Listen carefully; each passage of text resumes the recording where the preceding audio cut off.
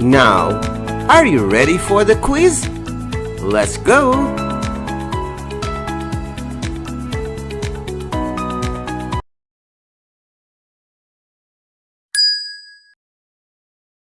Question number 1.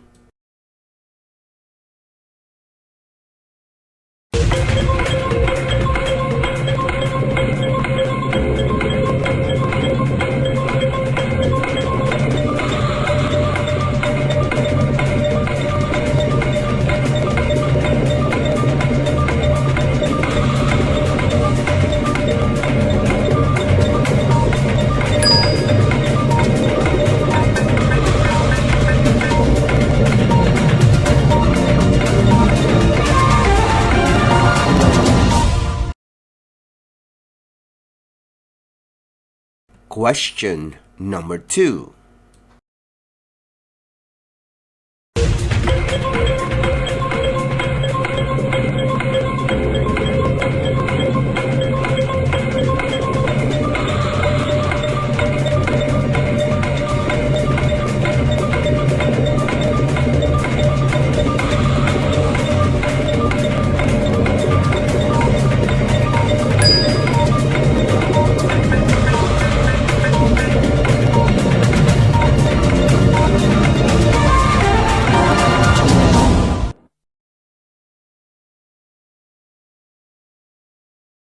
Question number 3.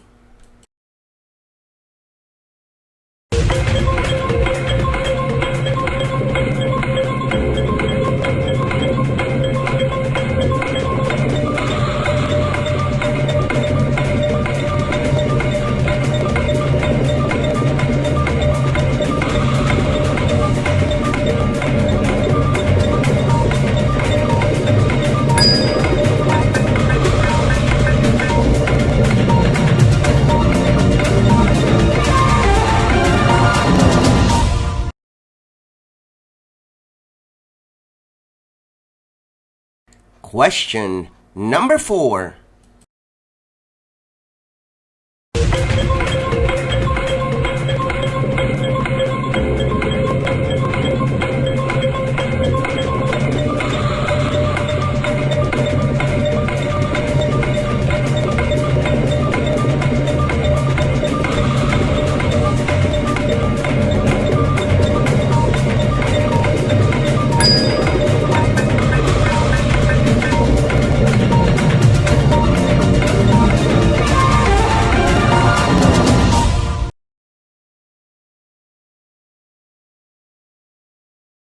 Question number 5.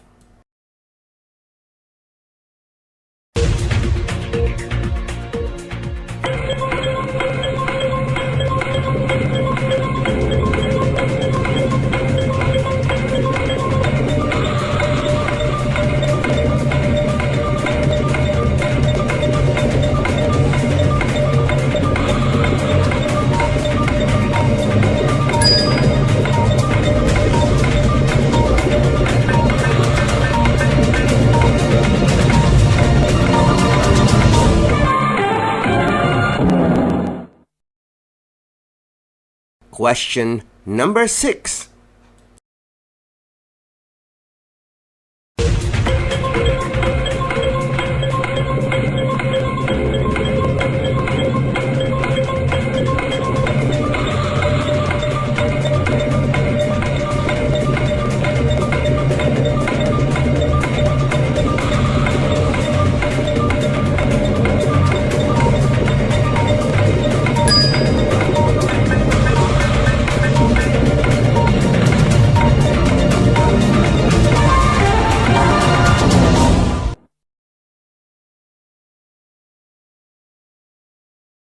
Question number 7.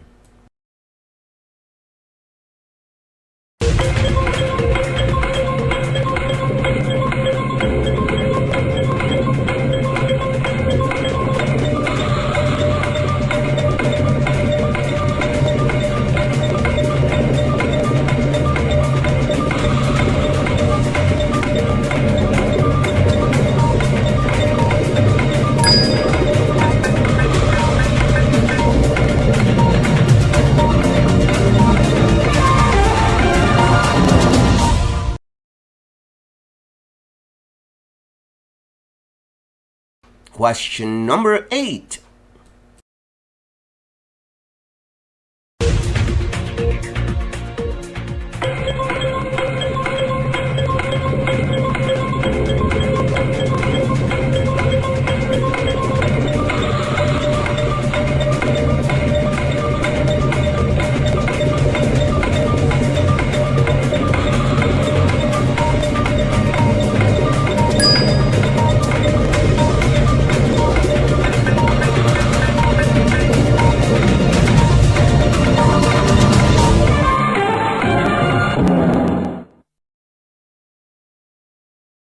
Question number 9.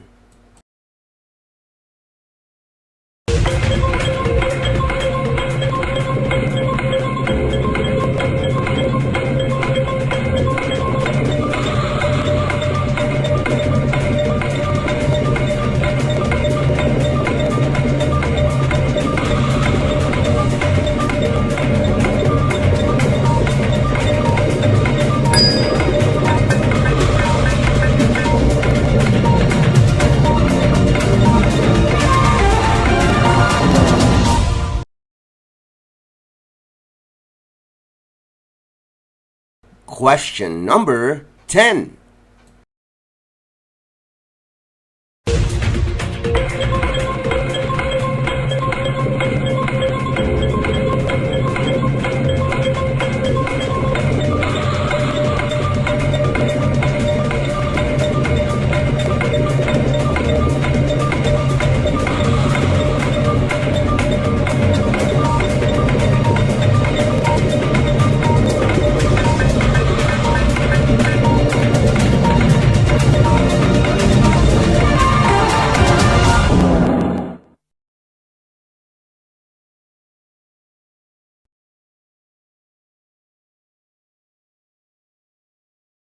In this video, we are going to find the sum of these numbers from 1 to 5.